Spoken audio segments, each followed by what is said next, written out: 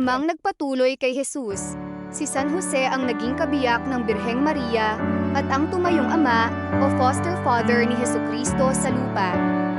Kilala siya bilang isang simpleng manggagawa o karpintero mula sa Nazareth. Dahil dito, siya ang patron ng mga manggagawa. Sa Bagong Tipan, walang nakatalang kahit isang salita na binigka si San Jose. Siya ay inilalarawan bilang isang tapat at masunuring lalaki na laging sumusunod sa utos ng Diyos sa pamamagitan ng mga panaginip.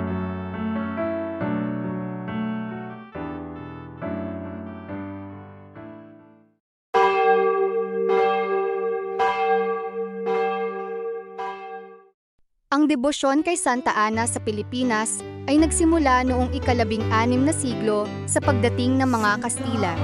Siya ang ina ng Birheng Maria at lola ni Jesus. Ang kanyang kasaysayan ay nakatali sa mga pinakalumang simbahan sa bansa. Ang kanyang simbahan sa Santa Ana, itinatag noong 1578 sa distrito ng Sapa. Ito ang unang labas-bayan na itinatag sa labas ng Intramuros.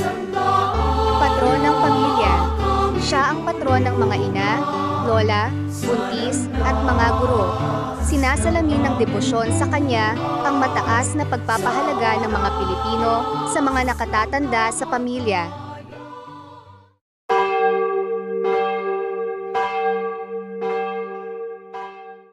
Ang debosyon kay Mary, Help of Christians, ay may malalim na kasaysayan na nag-uugnay sa pandaigdigang simbahang Katolika at sa lokal na pananampalataya ng mga Pilipino. Sinaunang titulo.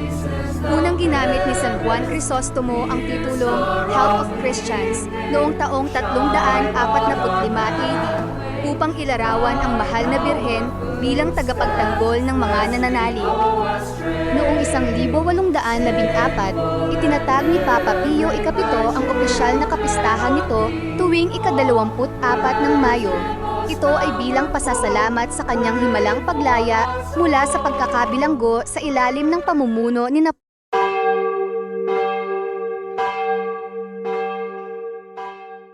Ang kasaysayan ng La Purísima Concepcion de Santa Maria ay kwento ng malalim na debosyon, mga himala at makasaysayang pagsubok na nagpasalin-salin sa maraming henerasyon ng mga Pilipino.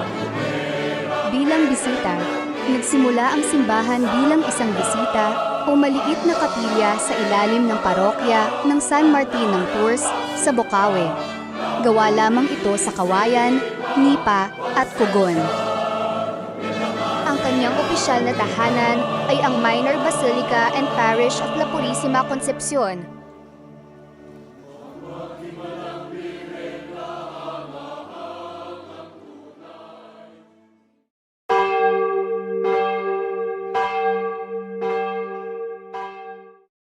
Ang Immaculada Concepcion ng Puso ni Maria ay isang debosyong Katoliko na kumakatawan sa buhay espiritual, kadalisayan, at malalim na pagmamahal ng Birheng Maria. Ang kasaysayan nito ay nagmula sa banal na kasulatan at lumago sa paglipas ng mga siglo. Simula ang mga unang pagninilay sa puso ni Maria sa pamamagitan ng mga banal tulad ni na San Bernardo ng Clairvaux at San Anselmo. 1944. Opisyal na itinatag ni Papa Pio ika-12 ang pista ng Immaculada Concepcion ng Puso ni Maria para sa buong simbahang Katolika.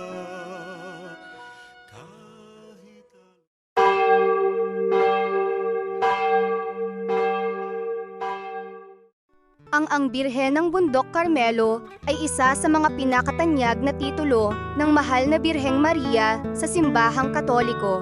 Ito ay nagmula sa kasaysayan ng Bundok Carmelo sa banal na lupain at sa debosyon sa kayumangging eskapular. Noong ika-13 siglo, lumipat sa Europa ang mga Karmelita upang takasan ang gulo sa banal na lupain. Ayon sa tradisyon, noong ika-16 ng Hulyo, 1251,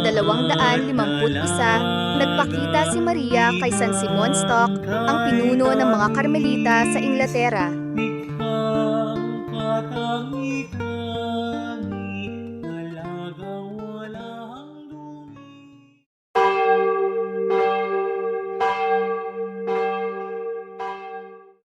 Dalawang mahihirap na batang pastol ang nakakita sa isang maningning na babaeng umiiyak habang nakaupo sa gilid ng bundok.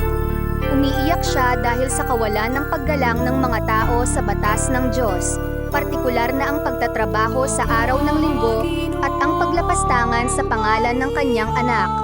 Nagbabala siya ng darating na tagutom at salot kung hindi magsisisi ang mga tao.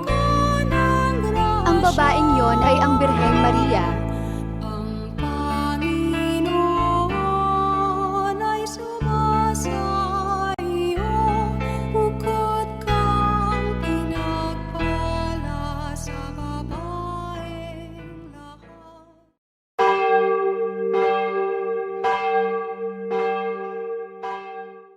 Noong Disyembre 1531, nagpakita ang mahal na Birheng Maria sa isang katutubong magsasaka na si San Juan Diego sa burol ng Tepeyac sa Mexico. Upang patunayan ang kanyang pagpapakita sa obispo, nagpadala ang Our Lady of Guadalupe sa wikang Filipino ay tinatawag na Mahal na Birhen ng Guadalupe o Mahal na Ina ng Guadalupe.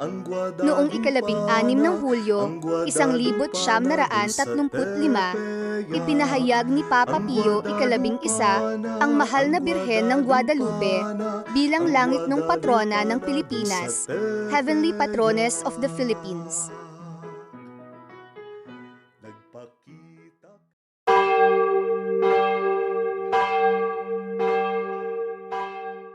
Ang kasaysayan ng La Naval de Manila ay umiikot sa labanan sa La Naval noong 1646.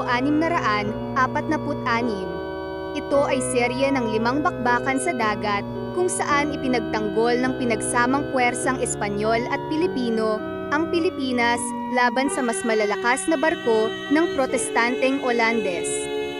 Paggawa sa imahen. Ang imaheng gawa sa garing ay nililok noong dekada 1500 ng isang madasiring Chinong artisan sa gabay ni Kapitan Hernando de los Rios Coronel. Ito ay ipinagawa ni dating Gobernador General Luis Perez Dasmariñas.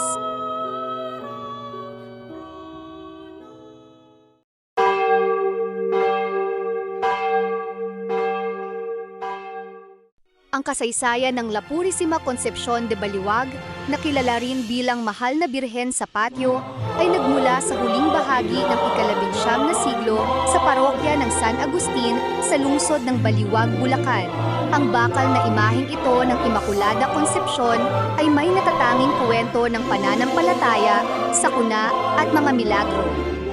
Noong pagitan ng taong 1877 at 1899, niyanig ng isang malakas na lindol ang simbahan ng Baliwag. Habang kinukumpuni ang parokya, ang metal na imahen ng Birhen ay ipinag-utos na iangkat mula sa bansa ng Pransya kasabay ng mga materyales na gagamitin sa pagsasaayos ng estruktura.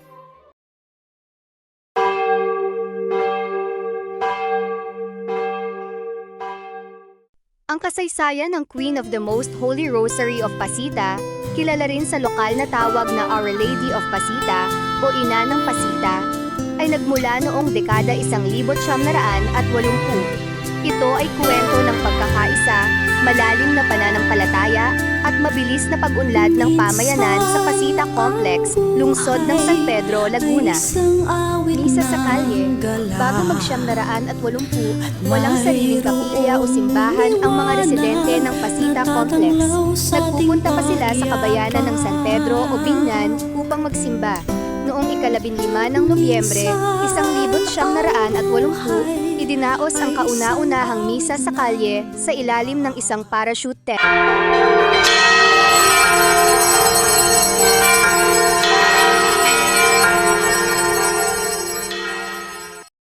Ang Our Lady of Consolation ay isa sa mga pinakamatandang titulo ng Mahal na Birhen at patrona ng Augustinian Order.